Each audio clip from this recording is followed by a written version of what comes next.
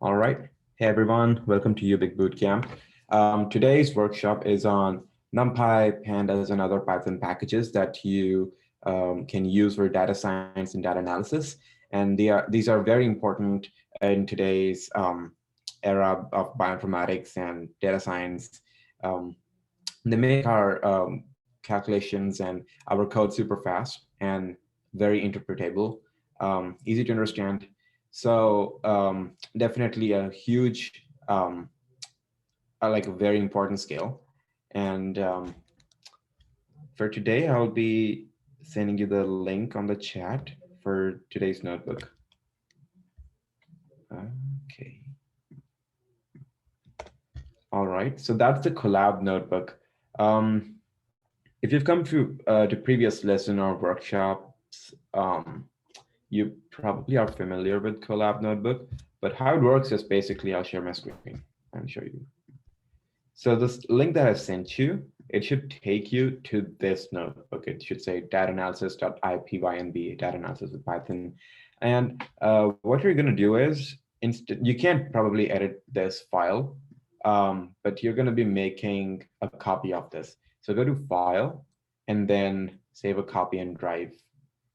And that should open a copy of that notebook. And this is going to be your copy, something you can edit. If you've not used Collab Notebook before, you might need to go to collab.research.google.com and get Collab plugin. It's not something you really need to download on your local setup. So you can just code in Python and R and shell in Google Chrome itself. Right, or any browser, I guess, your browser window. Right, so yeah, any problems with the Collab notebook or any like access related issues, let me know, please. All right, awesome. We got a thumbs up. All right, so for data analysis with Python, the most important libraries are here listed. So you have NumPy, we have Pandas, we have SciPy stats, matplot library, Seaborn, stats model, sklearn. And these are all for like specific functions. So for example, like NumPy, it's used for scientific calculations because as you can see in this table, it's great for like high performance array calculations. Pandas is something you can use for reading tables and other data sets, JSON files, CSV files, right? Cyber stats is used for statistics, and matplotlib and Seaborn for visualization, and sklearn and stats model, they're used for basic machine learning. Yeah, so just run the cell. And again, if you're new to Collab, so for running a cell in a Collab notebook or in an IPython notebook, you need to press Shift plus Enter in Windows and Shift plus Return in Mac. This is a text cell. This is a code cell, and this, yeah, I think you should be all set for that part. Yeah. So here we're discussing that list, pandas series, and NumPy array. These three, I guess, data structures, they're very similar. They're all iterables, basically. They're very transferable too. They're so parallel, and they're used for different things. So list we've seen in standard library Python.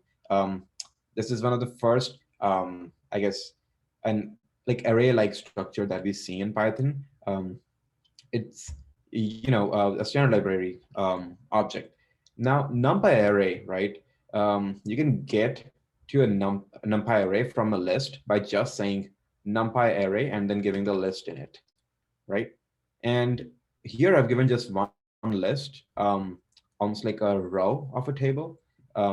That is one list with different integer values in it, right?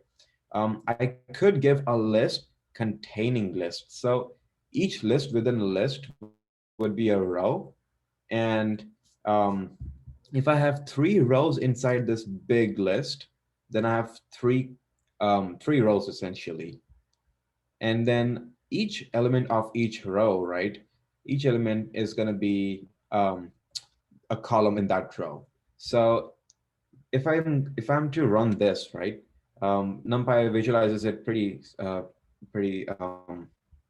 intuitively. Yeah, so how NumPy visualizes it is rows and columns. So you have three rows because you have three lists inside this big list, and you have four columns because each of those rows has four columns. So you'll have the same number of elements in each row. You need to have that. You cannot make racked arrays if you're familiar with them. Um, Basically, you have to have the same number of elements in each row in NumPy arrays. Okay, and yeah, as we'll go on, we'll see why these are faster and how they make our calculations faster and how they're useful for scientific calculations, right? Besides having lists, numbers or like objects themselves, single objects, they can also be um, NumPy arrays kind of. They're called array-like structure inputs, like array-like structures basically. Um, so a number by itself, given in an array, is an array with just that object. And similarly for a string, right? So same thing for a string. Um, Now this is almost like a list, right? Still like a list. And you can access values in an array, just like you were doing it for the lists. Um, so suppose this is my array now. So 2, 3, 4, 5, 0, 1, 9, 6, 2.5, 3.5. One thing you need to note is that this is actually this like different data types, but they're all basically float values or like numbers at least. You cannot combine numbers and strings in NumPy arrays the way you could for lists. And as you keep exploring with NumPy, these things will start to make more sense. But yeah, so to access values from this NumPy array, um, we have something similar to how we used to access in lists. So everything that worked in lists does work here as well in terms of accessing elements. So for example, in lists, we would first select the first list in that big list at index 1, and then we would select the third element of that for the list. If I had to select this element, that is. So I would select this row by going x1, and then within this, I would say x1, 0, 1, 2, 3. So x1, 3, right? So um, that's how we used to do it in lists. In arrays, you can just replace that by a comma, separated index like row, comma, column. So that's how you can do it in NumPy arrays. And just like how you could select a range of elements in Python lists, in standard library lists, you can do the same in NumPy. You can select 1, 2, 3. So index 1 to 3, right? With 3 exclusive. Um, you can select elements from index 1 to 3 with the 3 exclusive. This will select the first uh, the the row at index 1, and then the row at index 2, and then it'll stop at 3, right? So it'll start from index 1. It will not start from 0, right? It'll start from index 1, go to 2, and then stop at 3. Let's just run it and see actually, and see it actually in action. Oh, I didn't run this, so sorry. Right. So I've defined X, and now I'm running this. Yeah, so that's how you can select a range of rows. And if you want to select a range of columns, you first select all the rows by going just colon, then separating by comma, and then selecting the range of columns that you want to select. So in this case, we'll select all the rows. So all the rows, column 1, column 2, and then we stop at 3. So just these column. So we select all the rows. So we select, actually this is not updated. This output is not updated. Yeah. But we select all the rows and columns 1, 2, 3. Yeah. Does that accessing make sense? Yeah. Yeah, you can experiment with this further, find different things. Yeah, if you have any questions, just let me know. Right. And there are other ways to get NumPy arrays, but the thing is, we do have a lot of material So we have to kind of prioritize what we want to really cover here. This is something you can explore maybe later or on your own. But first, let's come to the more important part, some important attributes of NumPy arrays. So one thing you might have noticed is that all these arrays look like mathematical matrices. It's okay if you haven't seen matrices, but they basically are just an arrangement of numbers in rows and columns. And each matrix used to have a shape defined, right? So the shape of a matrix is number of rows times, number of rows into number of columns. So the attribute shape for this array, for each NumPy array would give you the shape of a matrix as like a tuple containing number of rows and the number of columns. So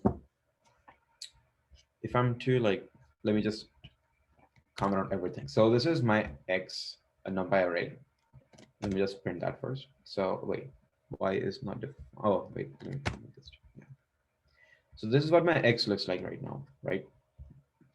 Now I want to get the shape of this matrix. So I'm just going to go X dot shape, and it says 3, 4, which means 3 rows and 4 columns.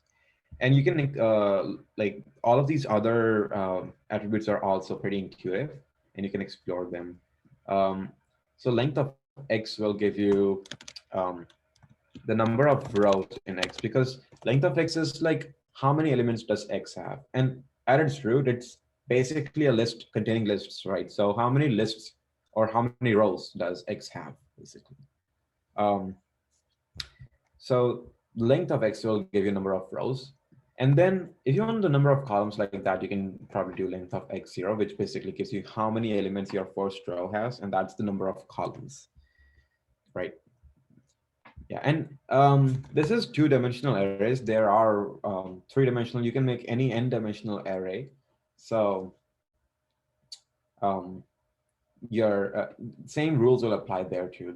All this will work there, but I think it's more common to just work with two-dimensional arrays. So yeah, you saw length, and then there's size, which gives you all the number of elements. And then T gives you the transpose. Some of you might have seen this in like math classes, but basically transpose is, and this is an important concept, I think.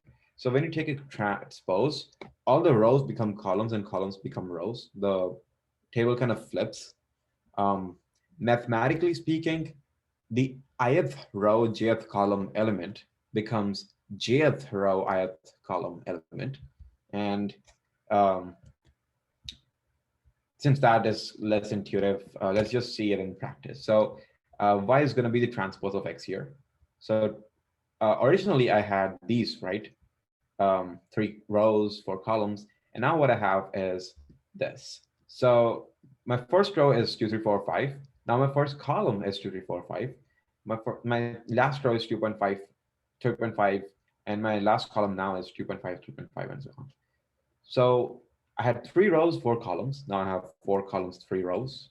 And I guess the 0th row, second column element has now become second row, 0th column element, because these are going to be the same thing, 4.0. Right. And furthermore, another useful thing to notice, some aggregation functions like sum, mean, standard deviation, and feel free to explore them on your own. Not only can you aggregate them, all the elements in the array at once, you can also aggregate them row-wise or column-wise, which means you can get the sum of all the elements, but you can also get the sum of all the rows, right? Sum of all the columns, and like that. So if you were to get sum of all the rows, then what you'll get is what you need is a parameter axis equals 0, because that will, yeah, so that will give you the sum of the rows. So if you have a row containing like n elements, that is number of columns is n, you'll get n numbers basically, each of which will be the sum of each of those rows. So you can imagine almost the rows getting stacked together and summed up. So that's how the aggregation functions work. And you can aggregate them by sum, mean, standard deviation, and even other functions. Um, but I think these are the most standard ones that you'll need. I think another function could be max, maybe. Um, and you could get the max with an axis. Like if I say x is equals 1, it's going to give me the max aggregate of all the columns. 0 means rows, 1 means columns. So what I'm getting here is, so my array is this, right?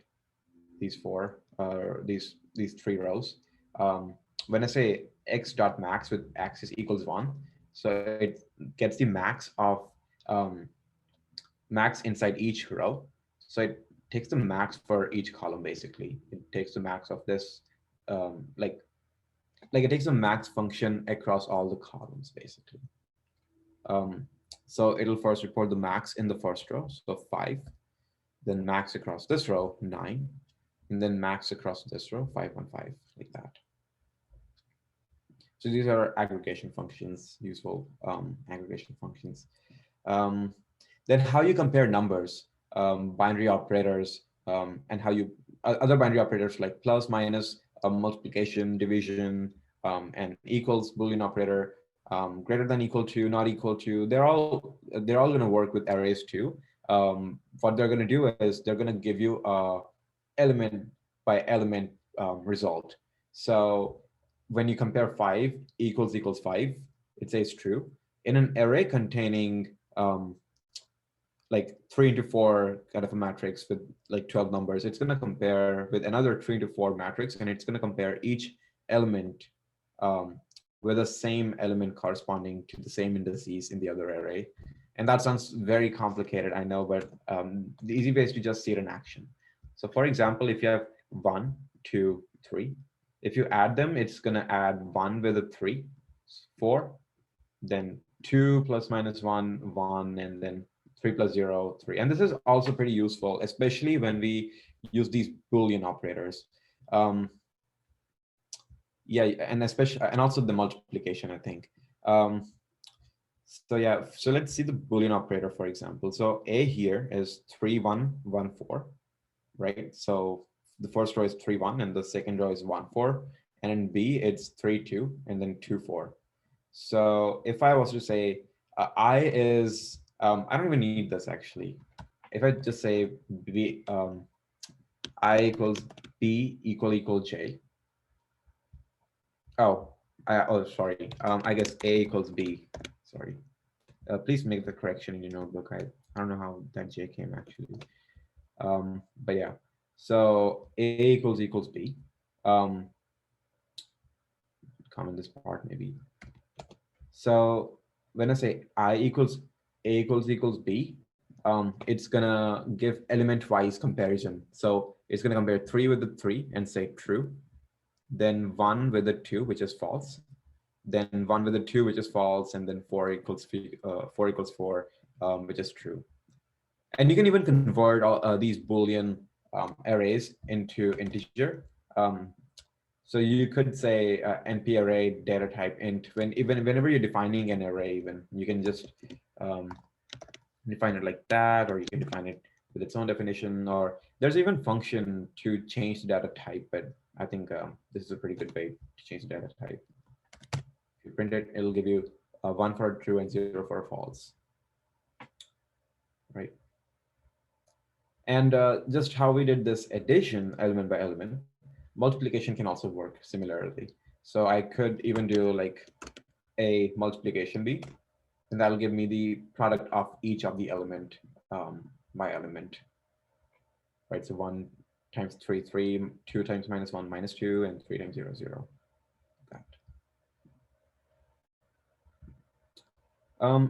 Okay, so this I matrix here is something we call an identity matrix. So which basically means all you need to know is it's 1, 0, and 0, 1. So it's like a, just try to remember this thing. And now let's take I and multiply it with um, this array here, 2115. So if I do the element-wise multiplication, right, I want to basically differentiate between element by element product and what we call as a dot product. Um, so with element by element product, it's gonna um, just do the normal multiplication with each element with the other element, and you have to have the same shape for that. Um, dot product, if you've seen dot product before, then it's fine. Otherwise, honestly, don't bother about it right now. Yeah, it's just good to know, because if you know dot product and you can use it, then they can be very helpful when you're doing machine learning. Um, so if I run this, right, if I multiply I with this matrix, element by element multiplication, it's going to give me 2005. Um, but with dot product, which I can do by np dot dot, or even the add the rate symbol, it'll give me the same element, because um, dot product with the identity matrix will give me the same element, right? So yeah, I don't, there's no need to get into the dot product. It's just if you know dot product and you know how it works, then it's good to use it, right? And another reason we use NumPy in scientific calculations a lot is that it already has so many mathematical functions that it applies not only to just one number iteratively, it actually applies to all of those numbers parallelly. Like it applies to those, it applies that mathematical function to each of those elements very fast, basically. And it has lots of mathematical functions, more than you'll need. It has cosine, arc cosine, log, exponential, everything. So here my I is again 1001. So the cosine of that would be cosine of 1, which is root 3 by 2, and then cosine of 0, 1, and cosine of 0, 1, and cosine of 1, which is again root 3 by 2. And log of that would be, so log of 1 is 0, and log of 0 is not defined, right? So it'll give you a warning. You can technically still use this because it's not giving you an error. It's a warning, but it's probably a good idea to not use this. Right, so that was a primer to NumPy. And believe me, these are the most useful elements of NumPy that are helpful in data analysis. Um, yeah, and any questions so far? What questions do we have? Yeah, just take a breather. I know it was a lot.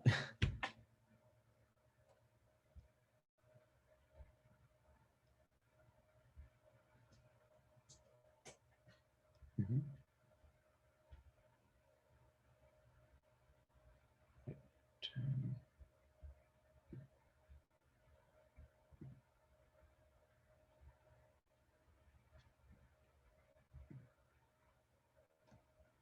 Yeah. All right. So let me first just introduce this small kind of lab that we'll be doing. This like a small, like not a project, but like a demo, I guess. Um, so if if you're familiar with gel electrophoresis, what we do is we have these wells and we put the DNA fragments right into these wells. Um, and essentially, we can compute the distances like by just measuring them from an eye, or like by a ruler, like what the physical distances between these bands are. And these bands correspond to um, the size of the fragment. So the farther a band moves in the gel, the smaller the fragment is, right? That's the main idea behind gel electrophoresis. Um, and there's some particular relationship. Some of us are already aware of that. We'll explore that relationship, see it in actual data, and that actual data is actual data from my lab, in fact. That's what I did for BIM 101. That is data generated by me. and my lab partner. So we have, so look at the first column. We have these, I guess, 7, 8 bands around. I don't know if I have the same picture as the bands that I put, but these are the standard bands actually. They're we get them from like lambda hen 3. Um, I don't remember if that's bacteria or, but basically that's no, actually that's a restriction in some. But anyways, this is the standard, right? There's a standard which like has very like which has particular masses, particular fragments, DNA fragment sizes, and you see their distances over the gel.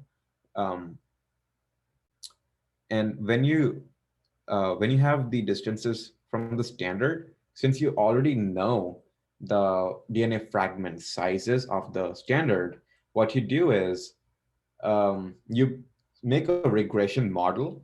Um, Usually you would do it using Excel, but here we're going to do it ourselves. So we build a regression model so that we can find the unknown fragment sizes for given physical distances. So for the standard, we already know the fragment sizes and we calculate the physical distances, right? And then we build a regression model based on that, so that when we calculate the physical distances of new bands, we can predict the fragment sizes. So that's the main idea behind gel electrophoresis, and that's exactly what we're going to do in this lab activity. But instead of using Excel for that, we're going to be doing it in Python, right? All right, so let's get started with Pandas. Pandas is a great package, one of my favorite Python packages for, I guess, manipulating and accessing and parsing tabular data sets or JSON files. Basically, tabular data sets in the form of this object called data frames. So you have columns, you have rows, essentially, similar to NumPy, right? You have rows and columns, but this is even more um, table-like, and we'll see it in action. So let's first get the data set. It's not a very big data set. It'll probably take just minutes. Just run this thing. And you'll have the CSV file, comma separated values. And just before we get into pandas, we can even like read the content of this file to just see what a CSV file actually looks like. So what CSV file here has is first the column names. So BP stands for base pair. That's the base pair, like base pair as in the DNA fragment size in base pair. And then the distance, that is the distance from the well on the gel, the physical distance that we measured. And the comma separates different elements of a row, and different elements of a row. Yeah, that's correct. And each row is on a different line, right? So you're basically writing them in a matrix way, basically without rectangular brackets. So it's like column names, and then the data. So 23130, 94166557. These are all the base pairs.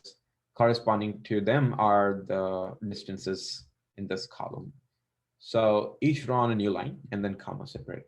And Pandas has this function called read CSV, which just takes in the path of a file, the file name, and converts it into a data frame so that we can just visualize that right away. I'm gonna actually just comment this part and just show you this part. So we do pd.read CSV, put the CSV file name. That's my ladder test object. Let me just see what the object is like. And that's a gorgeous looking table, right? So you have BP, you have distance. So you went from this to this, right? In fact, if it was even a larger data set, Pandas will even like show a smaller version of that table just so that it's convenient by default. All right, and something we want to see is let's print out the data types of this table. And by data types, I mean not the type of the whole object, but data types of each of these columns that pandas has assigned. So pandas detected BP as an integer and distance as a float. So he already knows that BP is an integer and distance is a float number. And each data frame is a pandas core frame data frame object. It's a data frame object, basically. Um, and now, before we go further into data analysis, let's first just look at what data frames are exactly. So instead of making data frames from CSV all the time, you can just make them using Python as well. You can make a very simple data frame here. So this is taking a dictionary essentially of the column name and the column itself. So column header and then the column. Second column is B and the column values are 11, 12, and 30.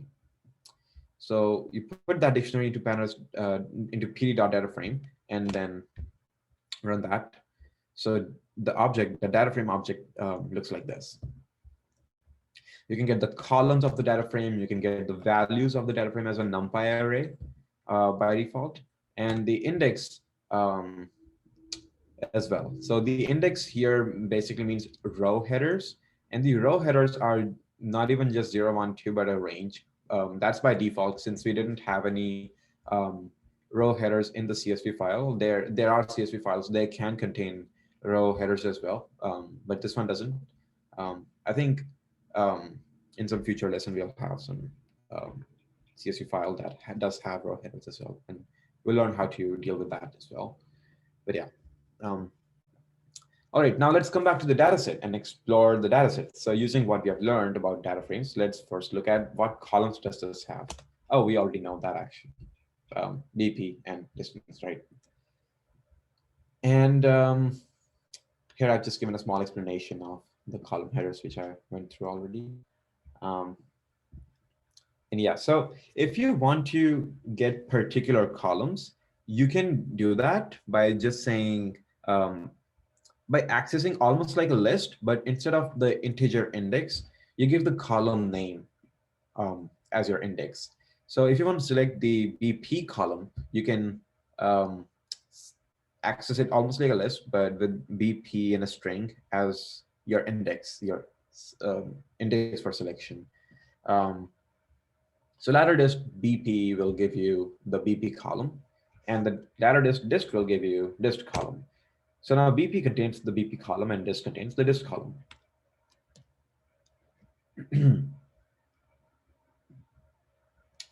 And again, we can also have the indices, as we just discussed. In this data frame, we have 8 rows, so it's a range from 0 to 8. That's 8 rows from here to here, so 0 to 7. It's a range from 0 to 8, right? Now, row indices, right? We can also set row indices. Even columns we can set. All these indices we can set by just assigning the variable index or columns as a list of the labels that we want to set them as. So right now, this is just a range. I'm going to set the row indices as this list of labels. So my first row is going to be first, second row is going to be second, third row is going to be third, and so on. Very creative. So my table essentially now becomes this. So instead of 0, 1, 2, up to 8, I have first, second, third, and so on as my labels, right? Yeah. Any questions?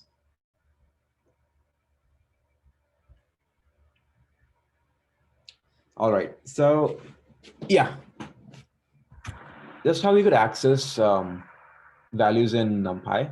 We can access rows and columns in pandas using lock and ilock. So if you want to access them using this kind of a label, right? Such a label, right? That is the value of the index itself, basically. You're gonna use lock. And if you want to select them by int index, you're gonna use ilock. All right. Now in these cells, I have these different ways of accessing. Please go ahead and try to run them. Maybe experiment with them, try selecting different rows, columns, um, and try to do these to-do items as well. So yeah, go ahead and try these out.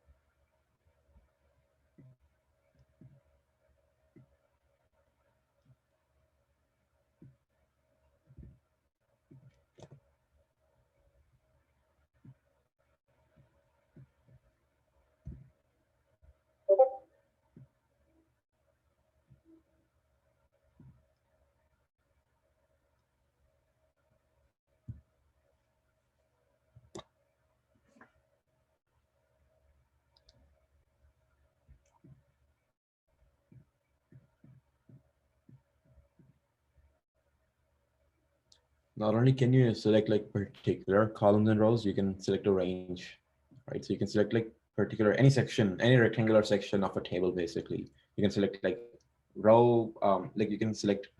Oh, actually, I shouldn't say. I kind of mentioned it wrong here. I think I should have said like row, comma, column, right? Not colon, column. Should be like that. Row, column, row, comma, column, right? And row itself can have a colon if it's a range. Um, just colon means all the rows. Yeah. Um, if you want to select like multiple columns, multiple labels, um, or multiple rows. So what you can do is you can give a list of the row labels. Of course, for integer, again, you can again give either a range or you can give, I think a list could also work. I'm not sure actually. I'll try it out.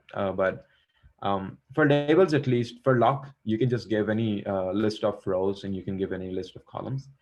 Um, Even just how we accessed um, BP and dest with just the label itself without using lock, we can select multiple columns like that as well. So for example, if I was to say ladder dest is my data frame, and I want to select multiple columns. I'm going to go for a list.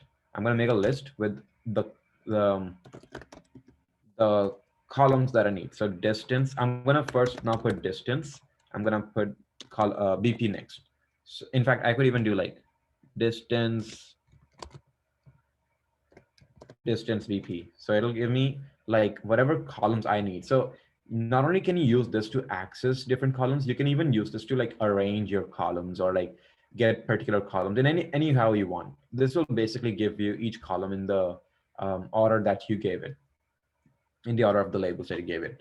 Um, yeah, so remember you can give a list as row labels to access them as well, to access multiple columns, multiple rows. Yeah. Similarly, I'm curious actually if in ilock, if I give a list of numbers, of int numbers as row indices and a list of columns as column indices, would that work? So for example, would this work?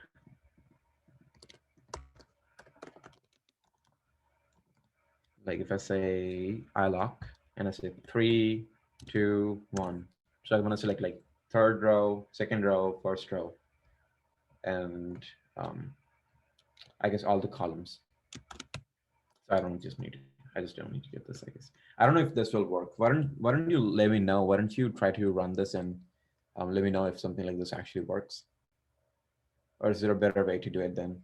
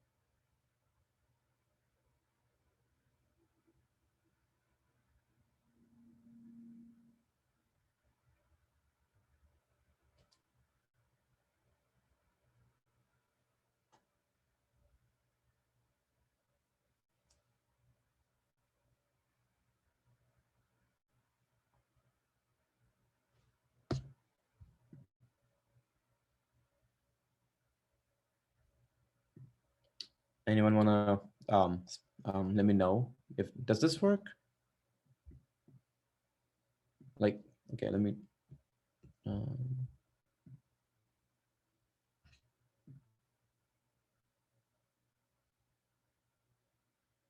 and also this actually is I'm not sure about this. Like I know that you can select probably a range. Yeah. Um, like if I was to approach this, I would probably do a range, but not sure if the list of indices would work. Does the list of indices also work with iLock?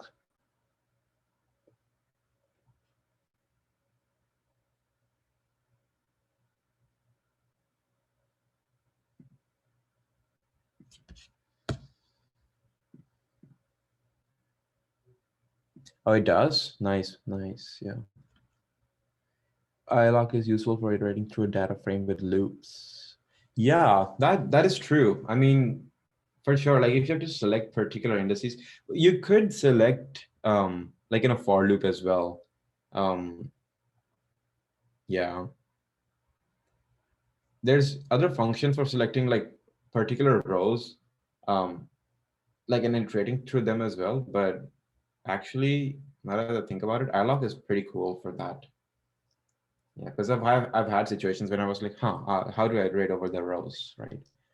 So yeah. So what Alex is trying to say is that suppose I have a list of numbers. So for I in range, so like maybe two comma like maybe that, and I want to get these rows, so I can do something like this. I mean, this is probably like more straightforward, but like instead of range, you could have some other function giving you some output. So yeah, this could work. I think in most cases, you could already honestly just do this though. In most cases, I think you could do something like this, or like whatever your indices are, you could just put that in a list and put in iLock. Unexpected indent, sorry. Yeah. Yeah, that is pretty cool for sure. And for this, how did you approach this one, by the way? To get the first three rows, how do you approach this one? Did you do it with that list or like with a range?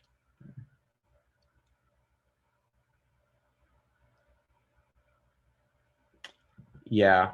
In fact, I think so. Carter said 0:3. Um, that should work. Yeah, that does work. Yeah, that should work. And I think you can omit 0 as well. That should also work, right? All right. Oh, why did I do that? Oh. So Panel's documentation will have more information, and you can explore this at and I at, which honestly gives the same thing as lock and I lock. I don't know why this is exactly different. There must be something that I'm unaware of. But from what I've seen, in at you cannot even give range. You have to give particular numbers. So that didn't make sense to me exactly because you can just use lock I lock, but it's good to know, I guess. Yeah. Anyways, let's carry on with the visualization of this data now, because um, this is a smaller data set, but let's see what trend does this data seem to have. So let's plot the distances and base pair. In our data set, right, I mean, they're both related, right? We know that for sure because biology. But um, like what kind of relation is it, right? That's one question. Is it increasing? Is it decreasing? Is it linearly increasing?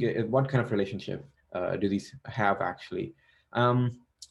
And plotting is definitely a great idea. So what I want to do is go to the PyPlot documentation, matplotlib.pyplot documentation, um,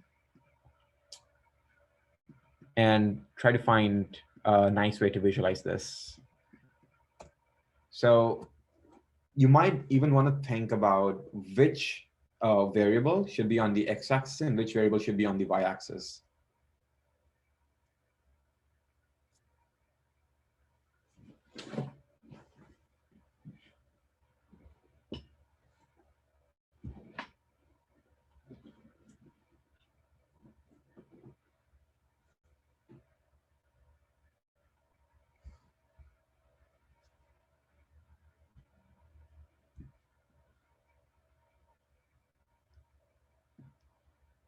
Right, so let's see.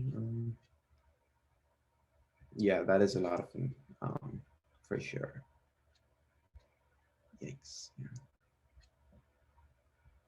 So you can approach this graph in different ways, but I think I want to make a scatter plot because um, you can make a line plot as well, but for now I just want to make a scatter plot. I think yeah, I'm gonna go with a scatter plot.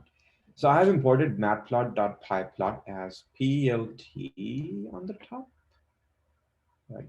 Plt, and I'm gonna use that scatter function. Scatter. Let's see. So scatter takes x and then y. So my um, x is going to be the independent variable, y is going to be the dependent variable. Independent is so dependent variable is basically what we are trying to predict, right? And in this task, right, it's basically it depends on how you frame the situation, but in this task, I see it as predicting the length of the fragment size based on given physical distance. So for me, x is going to be distance and y is going to be bp. And let's see, distance is not defined. Wait, did I? I'm pretty sure I saved them, maybe by different name. Um, I'm pretty sure it did. Yeah, BP. Oh, BP and dist. I mean, you don't even have to use those variables, I guess. I could also do ladder ladder dist. Oh, very oh, ladder dist dot distance and ladder dist dot BP. That should work. I think. Yeah. So okay, this is a decreasing trend, right? Um, but it does it look very linear, right? So if it's not looking like a straight line exactly, it could still be a linear relationship. Maybe the points just happen to be so. But to me, it looks like there's like an asymptote going along the y-axis and like an asymptote along with the x-axis. So um, what I know is log of zero is not defined, right? And as like the as x decreases, log of x will also like um, log of x will increase tremendously, um, and as x approaches infinity, log of x log of x does tend to be zero for infinity. I think so. Yeah, I think so. So, anyways, there's a possibility, right, that there's a log relationship. Um, yeah, please don't give any spoilers if you've taken MIM 101 or if you know how like mathematical details of gel electrophoresis. Um, but yeah, so what we're going to do is we're going to draw the same scatter plot, but instead of having the plain y-axis and plain x-axis, we're going to do the same plotting with the y scale becoming log. So what does that mean exactly is that instead of having 0, 5,000, 10,000 like that, we're going to have the y-axis be on a log scale. So um, let me just run this and show you why it's taking some time. Okay. Yeah, so log scale basically means that it um, instead of increasing linearly, it increases by a common ratio. So instead of being, I guess, um, like instead of each distance being of the same, like instead of having the same unit added to each unit, we're having like a common ratio that gets multiplied. So it's increasing at a log scale of 10. So it started with I guess, a 1, then became um, 10 squared, then became that times 10, so 10 cubed, then that times 10, so 10 4. I mean, it started with a 10 squared because it saw that the values are all above 100. So the initial value is actually 100, but it started with that and then it multiplied by, then it kept on being multiplied by 10. So that's a log scale. Um, And this plot looks kind of like a straight line, right? It quite to a great extent it looks like a straight line. It's still not perfect, and that's normal because, like, I mean, you can't expect experimental data to be totally perfect, right? But there's a possibility that there's a strong linear relationship between them. And in fact, mathematical way of doing that is to use Spearman rank and Pearson correlation coefficient. So Spearman rank is only gonna um, describe if, like, how increasing or how decreasing the function is, right? um but it stopped saving. Can y'all hear me, by the way, or am I frozen or something? Yeah, you can hear me, right? I don't know why it stopped saving. What happened? Save my changes. Okay, saving. Got it, never mind. But Spearman, okay, back to Spearman rank. Rank basically indicates that it's only ranking, and it's detecting how the rank of the variable is related. So as x increases, how perfectly does y also either increase consistently or decrease consistently? And the Pearson correlation coefficient is not only how, like, how does the rank of that variable change, but how well does that fit on a linear line, like on a linear model. Um, Basically, the correlation is, I guess, covariance of x and y divided by variance of x and y. So what that basically becomes is, as x changes, how perfectly does y change by the same ratio, right? So as x changes, how perfectly does y change by the same slope, same ratio? Huh. Stats. So Spearman tells the increasing decreasingness, and Pearson tells the linear increasing decreasingness, right? So using SciPy stats functions, you can find the Spearman and Pearson correlation coefficient of both of these. Oh God, my computer's slow. Bro. Anyways, I mean, I was gonna actually ask you to explore SciPy stats documentation and find the functions for these two anyways. Or have I provided you with that actually? Yeah, I have provided you with that. No, wait, have I? Oh, no. Okay, that's the explanation, right? Now check this SciPy stats function documentation and how to find Spearman and Pearson.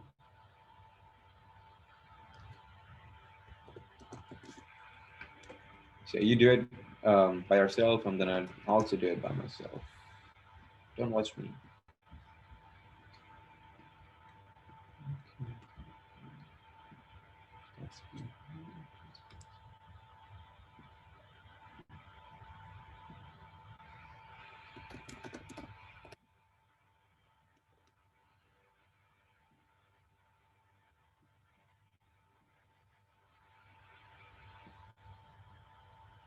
Yeah, so I want so um, once you find those functions, it's pretty easy to compute the Spearman coefficient and Pearson coefficient for BP versus distance and log BP versus distance. So you can have four values to compare: the Spearman of BP versus distance, Spearman of log BP versus distance, and the Pearson of those two relationships.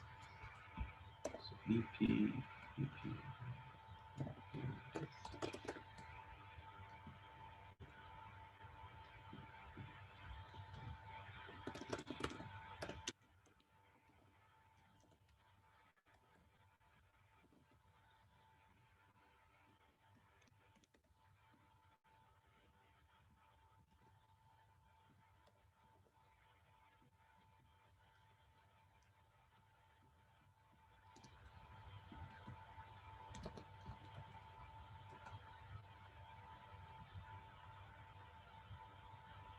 Oh, what?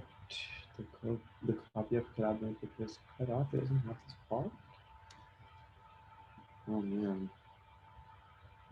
happened here?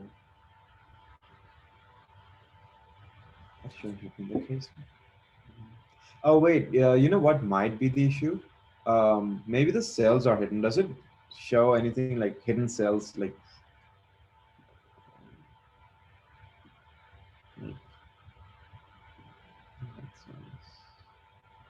maybe the cells are hidden. Um, yeah. Are you sure? Like it's just like after I guess this part. Yeah. Yeah, it could be hidden. Collab. I don't know. So, Collab does that sometimes. So I didn't notice. I had to click show hidden. Yeah, you have to click on them. Yeah, you have to click on the hidden cell stuff. It Collab does that sometimes. I think like no, I guess not like this. Oh yeah, like no, not like that even.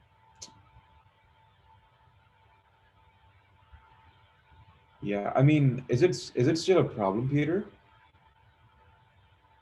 Or can you see it now?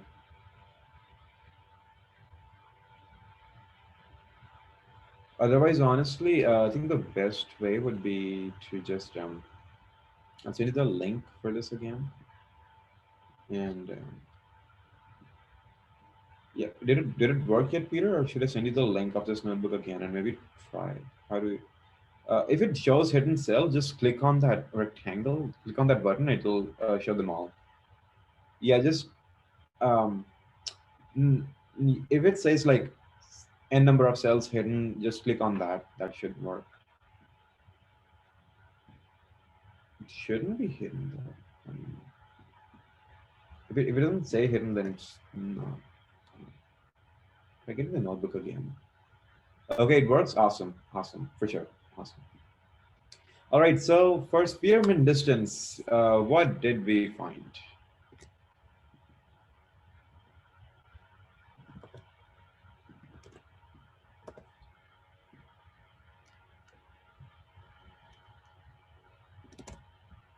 So Cyberstats has Spearmint R um, and Pearson R, which we can use.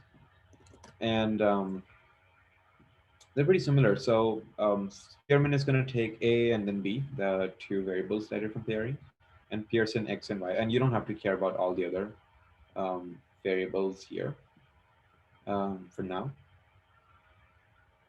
I got -1 correlation for VP and log BP. Yeah, that sounds great. So, all right, let's run this. So for log BP, how did you get log BP, by the way? How did yeah, how did you get log BP? np.log BP. Yeah, that's great. I think yeah, sure that won't work. I'm trying to find like different ways to do it. Does that work? Think so? No, no, no. But yeah, as we saw np.sign, as we actually had an example showing np.log before. So we should just do an np.log BP and the same for yeah, we should do that same for this. Okay.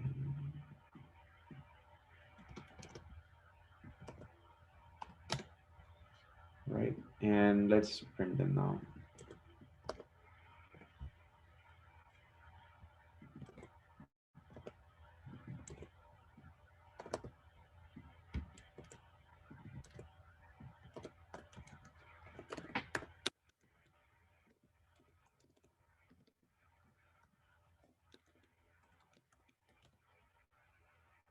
Right.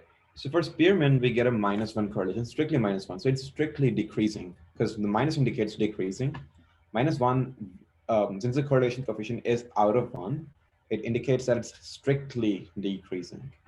And Spearmint correlation coefficient for log, um,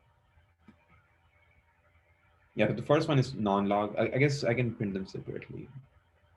Um, I'll print the spearmins here. And the Pearsons here. For log BP, it showed the same thing because it's still strictly decreasing, right? The log BP versus dist is still strictly decreasing. Pearson, in the first case, shows minus 0.66. It's still negative, it's still decreasing, um, but it's not very close to -1 anymore. On the other hand, for log BP versus distance, it's super close to -1. Again, still not perfect, but pretty close. In fact, the second thing here is the p-value because it returns this coefficient and the p-value. So the p-value for the BP versus distance Pearson coefficient is actually greater than 0.05.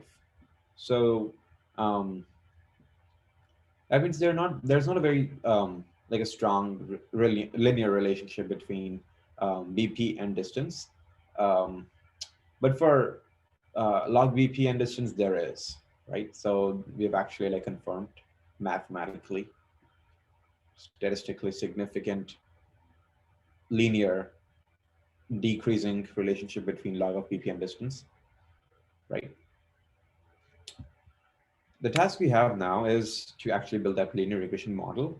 And although that sounds like a very difficult task, actually, that's probably the shortest part of today's tutorial because this amazing library, sklearn, does basically everything for you. So Cardiff brings up something interesting. Pearson seems better than Spearman in this context. Is it always the case? Um, I would say in this analysis, right, Pearson by itself would have been insufficient information, right? Because we a Pearson with like non-linear data, right, does not tell us if it's increasing or decreasing enough, right? It only tells us if it's linearly increasing or decreasing. If I have the Spearman as well, right? The combination of Pearson and Spearman is very useful, I think, in this case, I think. Because Spearman, yeah, Spearman is like useless in discriminating between linear and nonlinear. But Pearson also does not differentiate very well between non-linearly decreasing and just not decreasing, you know? That is also a problem, right? But yeah, you're right.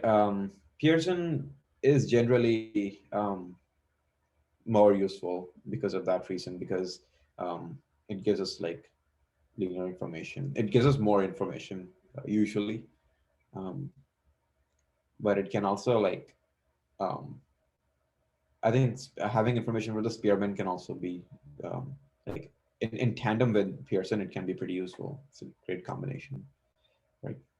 All right, so we have this log BP versus distance. We know that it's a pretty good line, but not a perfect one. So let's get a line of best fit. Um, I think my first exposure to this term, best fit line, was in physics classes when we used to have when we were asked to like draw velocity versus time graphs or any other graphs, and they would give us some points, and we would have to like take our ruler and with our own thinking, I guess, or like with our own kind of like intuition, we would have to like draw a line that is kind of between the points, right? And is not biased or is not like more more towards one side of the points than the other. It's kind of balanced and it goes in the middle, following that trend that we see. And that's what a good best fit line. In fact, the best fit line that sklearn's linear regression model gives us. So linear regression basically means like regression basically means fitting points to an equation or a function. And linear regression is when that function is a linear function, and then even within that, we have single linear regression here because we have only one independent variable, which is the distance traveled by the band. If we can have different variables, we can have like many different variables, in fact. Because, like for multiple linear regression could be something like um, predicting the cost of a house based on temperature, income in the area, humidity, and like thousands of other factors. So in this case, we are going for the simplest model, which is almost like a statistical analysis, not even machine learning. Um, yeah, it's the too simple kind of machine learning, I would say, but still technically machine learning. So sklearn has this linear regression object, this linear model dot linear regression. Um, Linear model is a, I guess it's a package of sklearn, and linear regression object um, gives us a linear regression object. Literally, it gives us a an object that we can fit with some data and we can predict for given input. So let's form this object and check the type. So it says sklearn.linear model dot base linear regression. So it's a linear regression model, right? And um, so when we try to fit this model, we need x, which is the independent variable, and also y, right?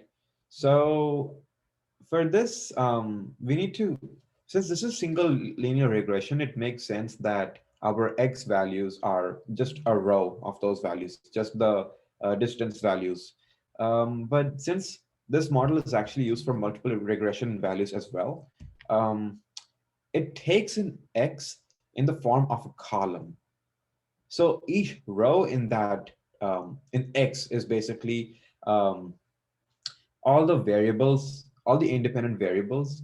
Like in case of predicting the cost of a house, it could be a row containing temperature, humidity, income in that area, etc., etc.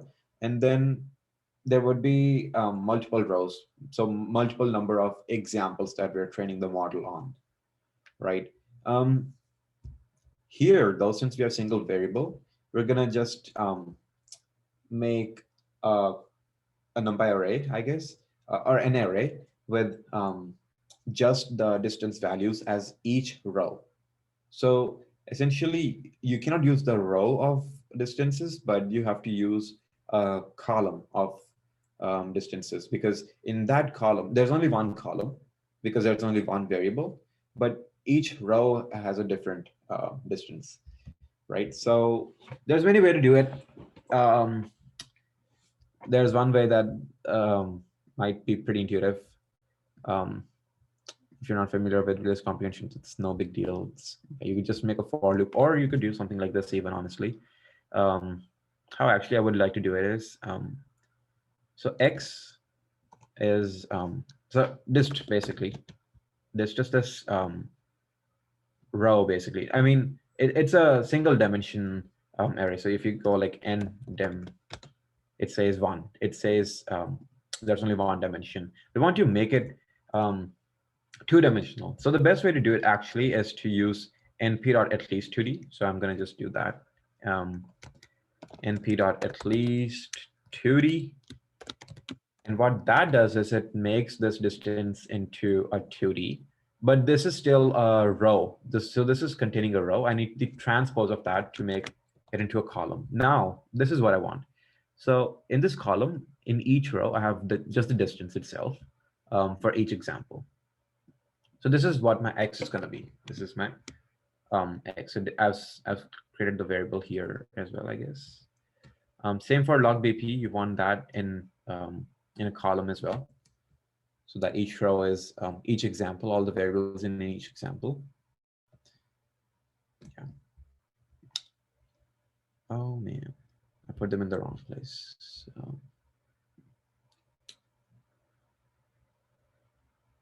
Oh, I see. So this is showing how atleast2d works, but we've basically seen this now. So now that we have the column vectors, we can just fit the model. So we say that object, that linear regression model, dot fit our x and our y, and we're gonna fit it. And it's fit. We have the model now, as easy as that. Now, how do we use it, right? So we're gonna be, so how we use it is basically, this model has two variables. It has a coefficient variable, right? So our equation is something like, y equals a x plus b. So the coefficient is going to be a, and the b is going to be the intercept. And these are going to be in a list, because if we had like multiple, if we had multiple variables, it would have been something like this: a1, x1, a2, x2, right, and so on. But since we have only one variable, we're just going to get the first, we're just going to get this coefficient. Okay, never mind. We're just going to get that one value in this coefficient from here, right? Yeah, and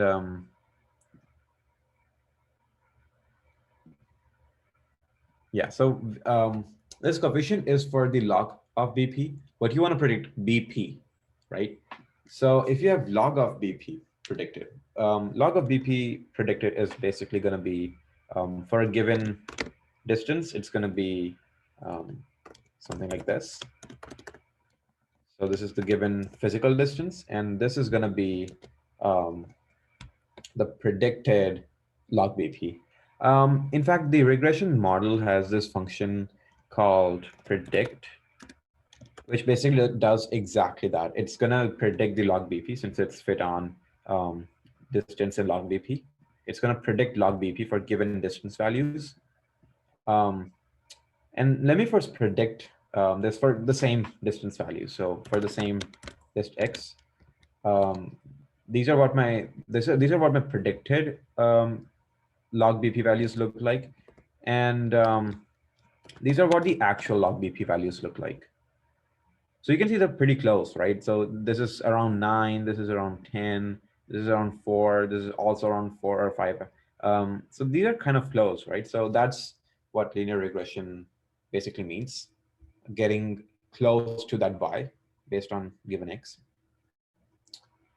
And we can plot this, right? So we can plot this. We want a plot like this. We want a plot like this here. So for the actual values, for the actual distance and log BP, we're going to be making a scatter plot. And on top of that, we'll be drawing this line for the given equation with coefficient intercept, or using the predict function. So that's what this code is doing for you using matplotlib library. So it's first gonna make a scatter plot. This is another way to make a scatter plot, by the way. You can say plot, then X and Y, and then an O, which indicates scatter plot. Or you can just use a scatter plot function. Either works. Either is fine. So, yeah, so either is fine. Now plt.plot. Now this is what the equation of the line is basically.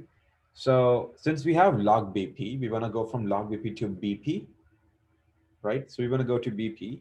So the value that we're predicting is going to be the NP exponential of predicted log BP. So this is predicted log BP, right? You could even say what we did here. So NP exponential of this. Intersect, yeah. So that, and this is my X gonna be same as what I used for the model. And the Y scale is gonna be log again, because I wanna see the linear relationship on log scale. And yeah, that is it. So these are the labels of the plot. You can set these as well, right? And this is what the plot looks like. You know what? I don't like the color. One thing I forgot was if I use a different function, it will not change the color. So I'm going to use the same function so that it automatically changes the color if I call the same function again. So yeah, that's what the function looks like. And sorry, that's what the plot looks like on the log scale. In fact, what I can do is if I get rid of this, right, it's not going to be on log scale now. So I'm still predicting the correct values of BP because it's exponential of the predicted log BP. And the plot will become something like this. So you can see that the difference between the predicted and actual is actually pretty large for um, like in reality it's pretty huge compared to like how it seemed on the log scale. So yeah, the values can change quite a bit when they're increasing exponentially, right? But yeah, and now the whole point of, yeah, why is there a comma after? Yeah, that comma is something you can ignore. It won't make a problem. It's a bug. Sometimes, you know what? Sometimes when you have a bug that Python doesn't point out, it's a problem because then you don't realize you have made those bugs. So I never realized this comma was there because Python never pointed out to me. It won't give you an error, probably. If it does, then just remove that comma. Yeah, there's three corrections I have to make in the notebook. Yeah. If you're watching this recording, the notebook will be updated already. So you don't have to worry about these small changes that I made to the notebook. But, yeah. All right, so the whole point of having this linear regression model was so that now if I have like, physical distances given to me, like say maybe 18 millimeter, which is basically the band that I saw here. I'll show you. Um, yeah. So you see this A sample, A2 and A3 are at 18 millimeter. And if I remember, these are, so it was like we had this band, right? We had this band and like, um, actually, yeah, I don't remember exactly what these samples were.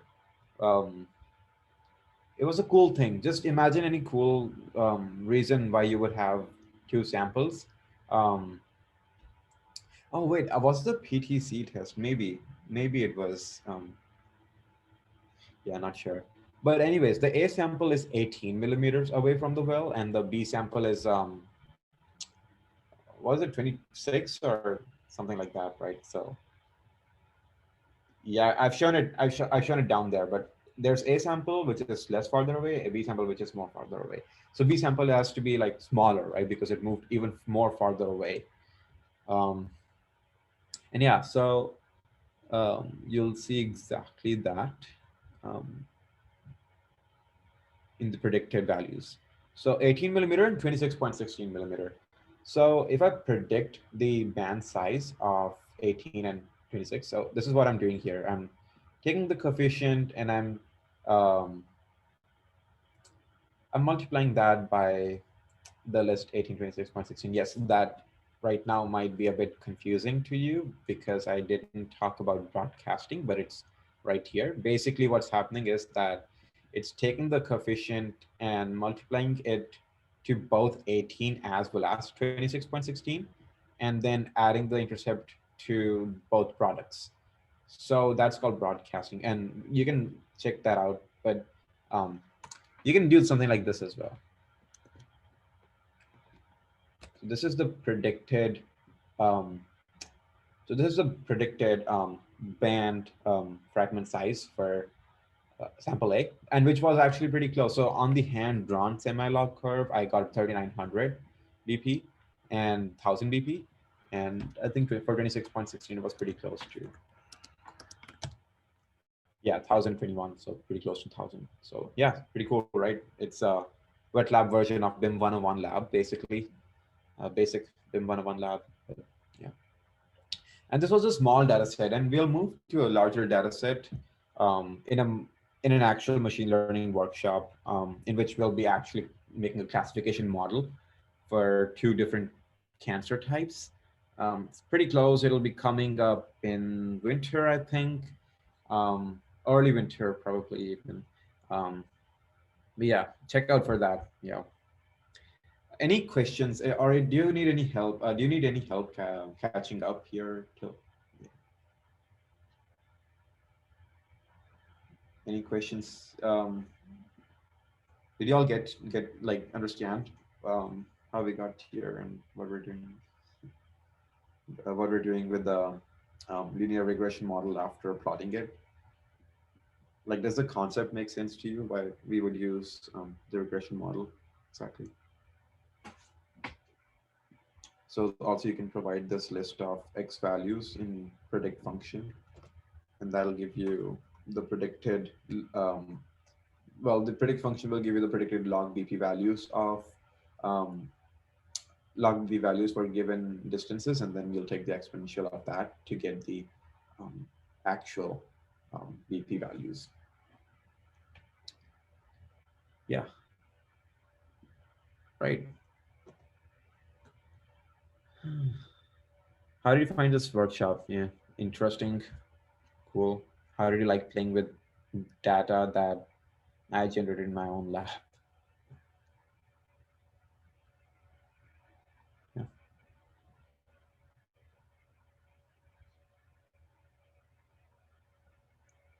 right. So yeah, so since we have, I think 4 minutes, let, let me know if you have any questions. But yeah, these are also some things you should look into for sure. Like when you have this is often a challenge that people face when they move into upper division classes. I had a lot of trouble accessing certain rows and columns of data frames in the past in my own research projects. Yeah, I think lock and iLock are the way to go for like accessing rows. Um, Even I actually got told by someone else in a team that I can access data frames, rows as well as columns. I knew about rows, but I didn't know about columns as well. That um, yeah, uh, someone in my lab told me actually. So yeah, it's great that we're learning this because lock is extremely useful, especially in pandas in general. Yeah, if you explore pandas more, right, you'll see there's so much more. Like, um, there's group by there's we can have a separate workshop on advanced pandas. Um, there's a lot of features that are not always used by us, but they're like they if you know them, they can make your work a lot easier. Once you get a hang of them, um, they're amazing. Yeah. But yeah. So yeah, so basically, I was talking about the vertical and horizontal stacking because, like, sometimes, especially in upper division classes, you would have this, like, you would have to make a matrix and append it to another matrix. It happens all like, especially in machine learning classes, because we often add like zeros to like a row of just zeros or a column of just zeros. Um, to like any matrix, or like sometimes we would have this data set um, given to us in like CSV format, and we would have to like add more rows to that, something like that. So for that, if you are using NumPy arrays, you can use VStack and horizontal stack. So vertical stack means you can stack the rows vertically, and horizontal stack means you can stack the columns horizontally, right? And these are also pretty useful. So for example, if I have 0, 1, 2, 3, 4 as my A, so A range basically gives you a range of the first 5 numbers, right? So A range gives you, A range is basically like the range function. Um, so A range 5 will give you the first 5 numbers. And then if you vertically stack 92093 with that, um, you'll get um, a new array with 2 rows. First row would be A, and the second row would be 92093. So that's pretty useful. Whenever you have to like add a row or add a column, you should use NumPy VStack for sure. I think um, most for matrices. I mean, for adding columns in pandas, it's different, but yeah. Then broadcasting is also useful, as I think showed briefly here when I had a list instead of one number. So what it's doing is it's broadcasting the multiplication or the addition to multiple numbers. So I can add a NumPy array and a scalar actually, because what that'll do is, so right now A is 0, 1, 2, 3, 4. It's going to add 3 to all 4 of these. Similarly here, it's going to add 100 to all the elements of B. So in A plus 3, it's going to add 3 to all of the numbers in that one-dimensional array. And this is going to, like B plus 100 is going to add 100 to the both rows of B. And in fact, you can even add, like if you have a column, so it's going to add the first number in first row and the second number in the second row. So yeah. Yeah, it's sometimes useful, especially in things like these. But yeah, just good to know, I think. And yeah, you can like, so this is an example of broadcasting. If you want to like add some number to a series, to a column in a data frame, right? You can just say like even here, I don't even need this. I can just say df a plus 100 df. I mean, that's so yeah, it'll also support broadcasting the data frame. That's what NumPy and pandas are always used in tandem because they're so intertwined. Um, like a column or a series, as we call it in pandas, a data frame column is almost like a NumPy array, basically.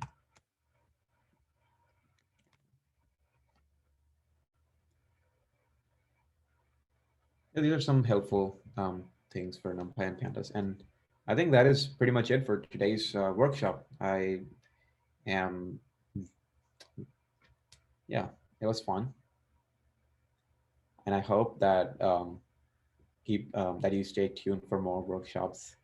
I think next week we're gonna have a workshop on R.